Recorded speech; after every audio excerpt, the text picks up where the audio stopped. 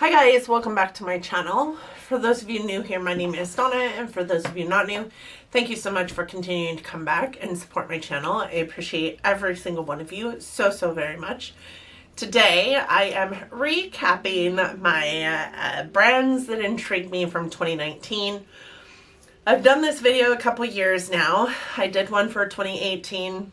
Didn't do super well on that one, and now I have a brands that intrigued me for 2019. I also didn't do super well on this one. Spoiler alert. Each year I've chosen 10 brands that had intrigued me all throughout the year that I really wanted to dig into in the year that followed and really get more of a grasp on A, the brand, B, the product, what I thought about it, and maybe come enlightened to the new year of some newer brands, some brands that aren't your typical, ABH or brands that I just hadn't tried yet and I was really intrigued by. And last year, I believe I picked 10 and I only was able to try out, I think, 5 of those brands. I think for the brands that intrigued me for 2018, I did better. I don't know. I'll have to go back and watch that video.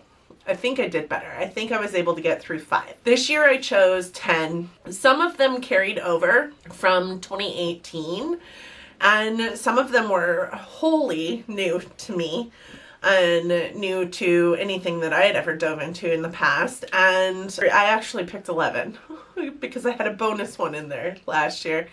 I got through 3. I think I tried 3 and one of them just under the wire, and only because it came in an Ipsy of all places. Here we go. Let's dive into my recap on the brands that intrigued me for 2019. Alright, so the first brand that I chose for 2019 that I really wanted to dive into was Certify. So Certify is an indie brand. It is a brand that is on Instagram mostly. They do things like come out with like palette thought processes. So this is what we want the palette to look like. What do you guys think about this palette? So it's like a photoshopped version of their palette prior to launching the palette, which I think is smart because they can get some kind of like, they can digest how many people really are going to be purchasing this palette if they put it out there into the world, right? At the same time, I also think that that's kind of a stupid thought process because somebody can steal your thought process. While I like Certify and had quite a few, I really wanted the Affinity palette.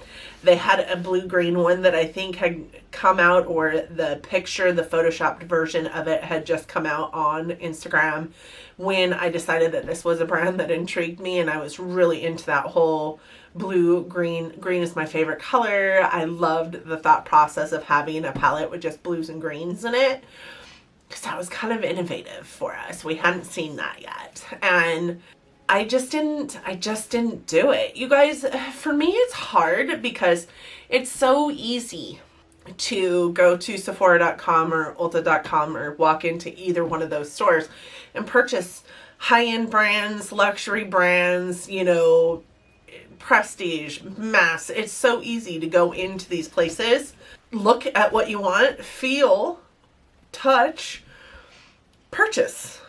With indie brands, it's a lot more difficult because you can't do that. So a lot of these on this list are exactly precisely for the reason that I'm speaking right now. And that's a lot of the reason why I missed them in 2018 as well. Certify was not on my list in 2018. It was on my list in 2019, and I did not take part in it. I think when I was challenging myself to really think about purchasing from these brands, I went on to each one of the websites and picked the items that I would want. And the shipping cost alone was astronomical just to begin with. So you had to make an order of abundance in a manner that made the shipping costs to you more feasible. I believe that that is why I opted not to purchase from Certify. I really wanted the Affinity palette. I really wanted the Affinity 2, which is the blue and the green. But because this brand is overseas from me, right? I live in Washington State, probably the furthest state from them. It would cost an ass ton of money to send it to me, and you have to order enough that it makes the shipping cost worth it to you, and then at that point it's just so expensive. You guys, these palettes in the States are like $44, I think that is. Well, that's the same price as a like ABH palette that I can go and purchase and solve that immediate gratification problem that we have as Americans, which is crap, but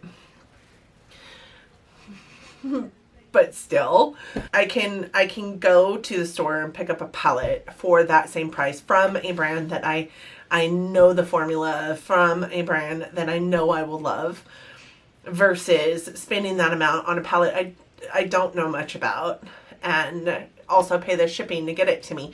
I need to start remembering that these are also sold at Beauty Bay, and that I can get them, and probably Beautylish, that I can probably get them from there, that I don't have to pay for them all at once, but I want to get out of that habit, honestly, and that the shipping then is not as much, dependent on your order. I also need to remember, because that's a problem with a lot of these, is I was trying to bundle enough that it felt worth it to me to pay the shipping price. And I also have to remember that I don't need everything or nothing, that, you know, one item would be perfectly fine. So the next brand that I didn't dive into, but man, I came so close. I came so close. And the reason why is because they started selling them in our stores, but I only have as a sparked brand, and I only have one store that carries it. So I came so close. But typically when I go into the stores that I go into, I'm not there shopping, I'm there working, and then when I'm done working, I leave, and I don't really go back in just to shop, typically, unless it's my home store. And I've been trying to get out of the habit of just going in just to shop anyways. But it is Zoeva. Zoeva is a brand that's carried over from my brands that intrigued me from 2018. It is a brand that I really did love in 2018, but part of the reason why I haven't tried it this year is because they're just super neutral. So there is one palette by Zoeva, and this is how close I've come. Do you see I am on the Ulta app, and it is in my Ulta cart. It is the Zoeva Opulence eyeshadow palette. The reason why I've come this close but not quite close enough is because it is an online only palette that we carry in our stores. I know that I can go into the store that does carry it in my district and swatch the colors and see if I like the formulation of the eyeshadows. But I was thinking that, as well as there's a blush palette as well, the Opulence blush palette that goes with that eyeshadow palette. I was going to try them both, and again, I don't need them all. I just need one product to try it if I want to try out a brand. But I came super close. I do still have them on my brands to try, and I think that because I came as close as I did this year, I will probably try them, whether it's just the blush or the eyeshadow, or they have a foundation that's at our stores or something along those lines. I'm distraught because they're super neutral, and you never know, maybe 2020 holds all neutral eyeshadow for me. It would be super tragic because I have a whole collection of bright, vivid eyeshadow shades. I mean, really, because that's what I pull for. But maybe 2020 holds neutrals for me. So then I will come closer. Maybe even do test out Zoeva. But this is a brand that I probably will try this year. The next one I have on here just kind of went out of business, I do believe. And that is Bad Habit. They are a brand that I was interested in because they had a lot of, I wouldn't say knockoffs, I wouldn't necessarily say copies. No, I'd say copies. They had a lot of copies of palettes that I have in my collection. I think the reason why it's on this list is because I wanted to do a lot of this versus this kind of video format. So subculture versus, bad habits version of subculture. I just kind of grew out of love with that idea. I grew out of love of the idea of doing makeup videos based on a product that was a copy of another product that I already had in my collection. I also grew out of love with the idea of putting a whole bunch more palettes into my collection that were exact duplicates of another palette in my collection. So there really wasn't a whole lot of reason for me to get into that brand. And they went out of business. Their website says, "Hey beautiful, we're on the other side of the screen mixing up some magic. We'll see you again real soon." So there's that. I feel like that should be a free pass for me. Because I was smartly consuming and decided I wasn't going to bring a bunch of duplicates into my collection. There was no reason for it. And B, they went out of business. So that should be a flat for me. The next one I have is Davina Cosmetics or Davina. It is a brand that was carried over from my 2018 list. I think that I just, again, fell out of love with Davina and fell in love with Cleonad, I think is what Cleona is what a lot of people call them. They kind of have the same kind of thought process as far as their eyeshadows and what they offer. And I just didn't see a lot of Davina Cosmetics in the YouTube world over the last year, minus the first couple months. I didn't see a lot of them on Instagram. I did see, there were some pushes of Instagram videos or pictures with their new shade ranges and whatnot coming out, but nothing really sparked interest with me as much as like Cleona did, or Jady Glow, or Give Me Glow, or any of those. So I just think I kind of fell out of love with Davina, and minus the first few months of the year, really didn't think about them a whole lot. Sugarpill is another one that I didn't try, but came so close, and I think that it would have been a brand that I actually got because, dang it, I was getting that Sugarpill palette that was at Ulta. I was getting it, period. When it first came out, I was getting it, period.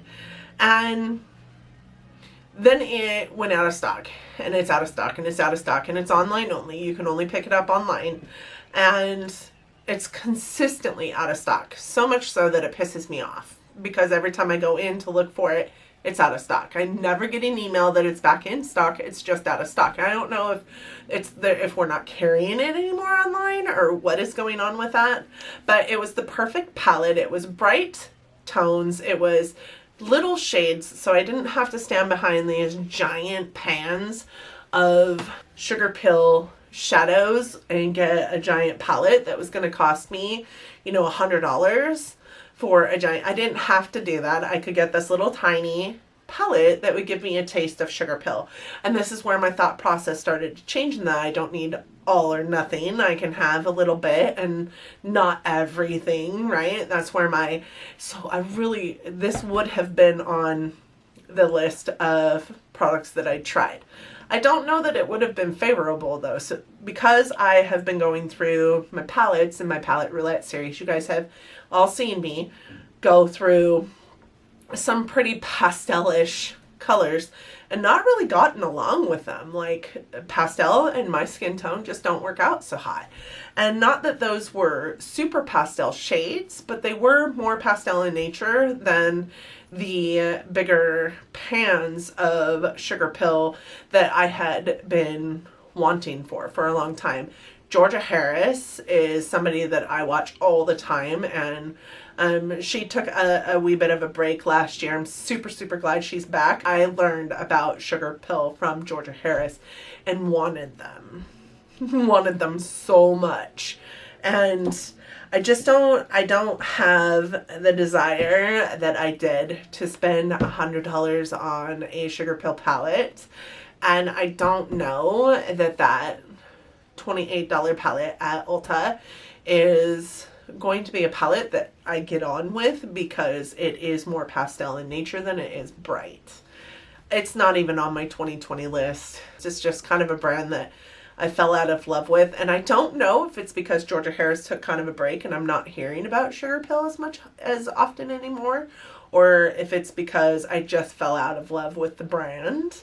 The next one is Menagerie. Menagerie Cosmetics is actually based here in Washington State, and they are a cosmetic company that I still, have a piqued interest in. I do want to try them, but I think the reason why I want to try them is more because of the homegrown nature of it than the actual formulation of it. Again, Georgia Harris is where I learned about them, and they used to be called Makeup Monsters before Menagerie and whatnot. It is just a brand that, again, I stopped hearing so much about, and I'm not sure that is because Georgia took a break and I no longer heard about it anymore, or because I just didn't see anything coming out from this brand that I absolutely had to have.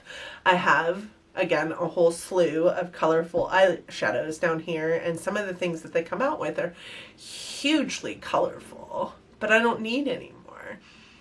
But I also don't want neutral. So that's not their fault. That's my fault. It's just I think also sometime in the middle of the year, my mindset shifted quite a bit, actually.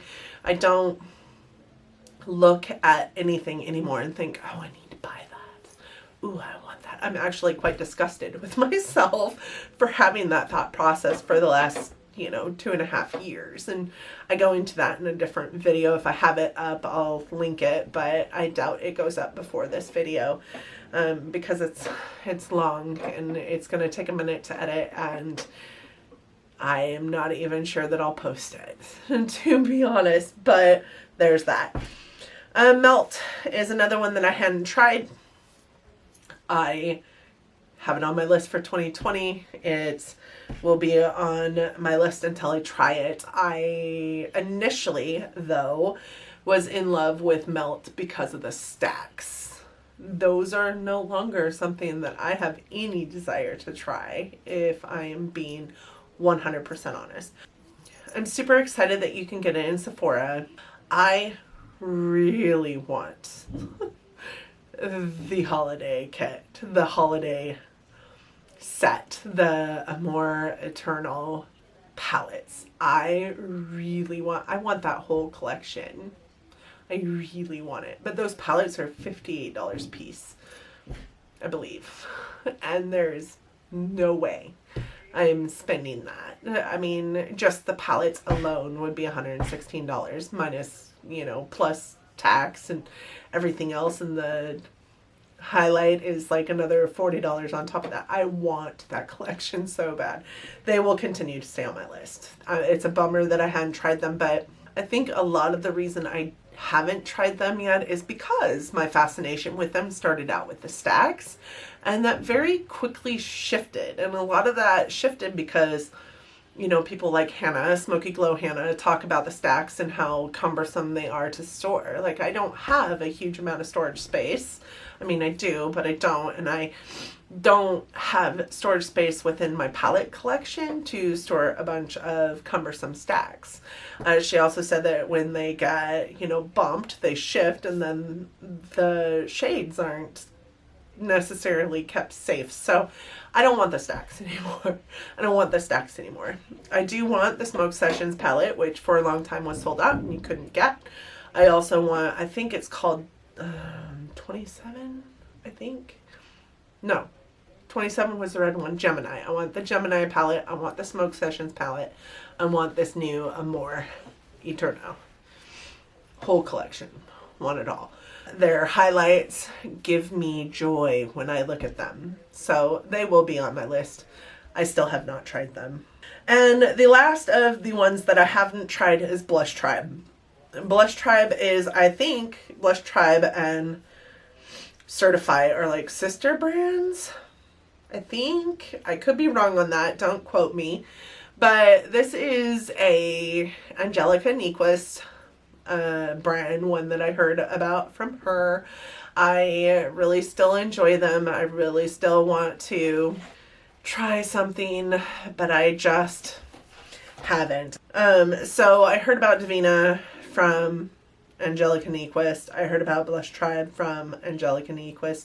She is the indie makeup queen here on YouTube, and this is where you're gonna hear about all these brands. So Blush Tribe was new for me in 2019. It was a brand that I had just started hearing about, that and Certify and a couple others, but it is a brand that fell off. It's no longer a brand that I care to try. I don't know why necessarily. I don't know what happened there, but it's not one that is at the top of my mindset anymore. As I said earlier, I did put 11 brands on this list. I did try 3 brands. One of them was a bonus brand. We'll start with the bonus brand. The bonus brand was Pat McGrath. The reason why I put Pat McGrath on here as a bonus brand is because she's a really expensive brand, and it was a brand that I didn't see myself spending any kind of money on. Well, I did. I purchased the Mothership, one of the Mothership palettes. Anyways, it's this one. And I like it. It's good. It's the colors down in this area are mostly neutrals and they're really pretty. The colors down here are all these special shades. I think that they're beautiful. I think that, like, this green one here is my favorite green on the planet, but I don't think that they're worth it, honestly. I don't think they're worth $125. I think that you could probably get, similar amazing shades from some of these indie brands that are popping out like crazy awesome stuff every single day. I also have some of her lip glosses that a partner of mine purchased for me when I left Starbucks, and I love them. But again, I love the lip gloss. I love the opacity to them. I love that they're not super sticky, but again, it's a lip gloss.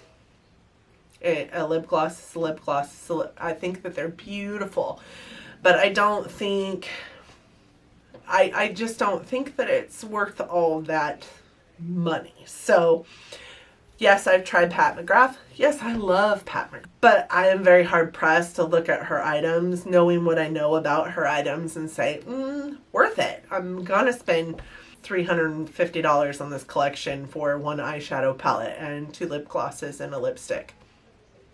No, it's not worth it. It's just not. And the next one I tried was Colored Rain. I had their Berry Cute palette, in addition to some lipsticks and some liquid lipsticks and blush and a highlight. This is the palette in a mystery box, which I loved. That was a good way to get me involved in trying a brand, and it did exactly what they needed it to do. It called my name. So I purchased it, and I got to try a whole lot from this brand. And you know what? I love Colored Rain. Their formula for their eyeshadows is so awesome, and their liquid lipstick formula isn't bad. It's not one of my favorites, but it's not bad. Their highlighters are not bad. Their blushes are beautiful. Their lip glosses are comfortable. I mean, not lip glosses. Their lipsticks are comfortable, and I love the different shades that they have to them. They're kind of like kooky shade ranges. I love them. I love this brand. I'm really super glad that I tried it this year, and I look forward to getting more Colored Rain in my collection, because currently that's all I have in my collection. And the last one is Sigma. Sigma is more so known for their brushes, and that is what I tried. And I have this. It is the Sigma blending brush, the E25. This is the only brush I have. Again, it's not I had a problem. This would have been a brand that I had not tried had this not came in an Ipsy. I was able to add this on for like $3 to one of my Ipsy boxes, and I've looked for Sigma brushes ever since, and every single add-on that they have, and they don't have them. I like this brush. It is so soft, and it is the perfect brush for like getting in to your crease and planting, like pushing into the crease and then turning and just kind of blending. Oh, it's an amazing brush, and it doesn't stain super badly. This has had so many different colors on them, and it's not even, you can't even tell I've used it, and it's super comfortable. It's been washed 100,000 times, not really 100,000 times, but it's been washed a lot. It's not fraying. It's holding together quite well. I love it. I will probably buy more Sigma in the future. But right now I have so many brushes, I just don't need them. So I will not. So that was the recap of my brands brands that intrigued me for 2019. The brands that I really wanted to try this last year. I failed miserably. I made it through 3 of the 11 brands that I chose, and one of them was a bonus brand. So there's that. So for the brands that intrigued me in 2019, I did have 3 of them that rolled over from 2018, and 2 of those brands are on my list for 2020 again. So if I don't try them this year, slap me. There's no reason for them to be on my list 3 years running. There's really not. I think one of them made it onto the list because I know I have it in my cart, my Ulta cart. It will get purchased at some point, I'm sure. And the other one I carried forward into my 2020 list because there's an item that came out in 2019 that I really, really want from this brand, and if I can get my hands on it, I will. Those are kind of cheats for me. I'm going to do a separate video on the brands that intrigued me for 2020. I kind of feel like this one's been too long. So, thank you guys for joining me today. Sorry I'm a big fatty failure. I have no words. So, there's that. What brands did you try this year? What brands intrigued you so much that you tried them? Were any of them the brands that I have not tried, and what are your thoughts? Thank you guys so much for joining me today. I hope that you enjoyed it. I hope that you enjoyed it so much that you're giving it a big thumbs up. I also hope that you'll consider subscribing to my channel before you go. I do upload content every Monday, Wednesday, and Friday, and I would love to have you along for this, crazy midlife crisis got going on. I hope that you are having a fantastic new year to start, and until next time, bye guys. A lot of the reason which would be super tragic because I have a crazy amount of bright, vivid, I can't even speak. And decided that I wasn't going to bring a bunch of duplicate paddles